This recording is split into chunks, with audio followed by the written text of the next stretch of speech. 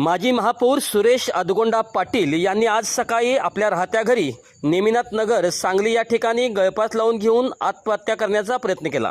त्यांना तातडीने येथील उशक्काल हॉस्पिटलमध्ये दाखल करण्यात आले आहे। त्यांच्यावर दवाखान्यातील अतिदक्षता विभागामध्ये उपचार सुरू आहेत। त्यांची प्रकृती स्थिर असल्याबद्दल हॉस्पिटलच्या व्यवस्थापनाकडून सांगण्यात येत आहे।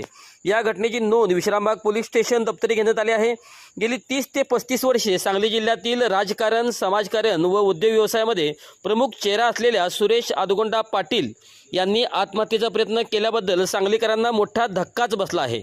त्यांच्या या आत्महत्या करण्याचा हेतू मागे नेमके काय कारण असावे याबाबतची चर्चा सांगलीकरातून जोरात सुरू आहे। गेली वर्षभर सुरेश अदगोंडा पाटील हे सामाजिक राजकीय कार्यापासून अलिप्त राहत होते।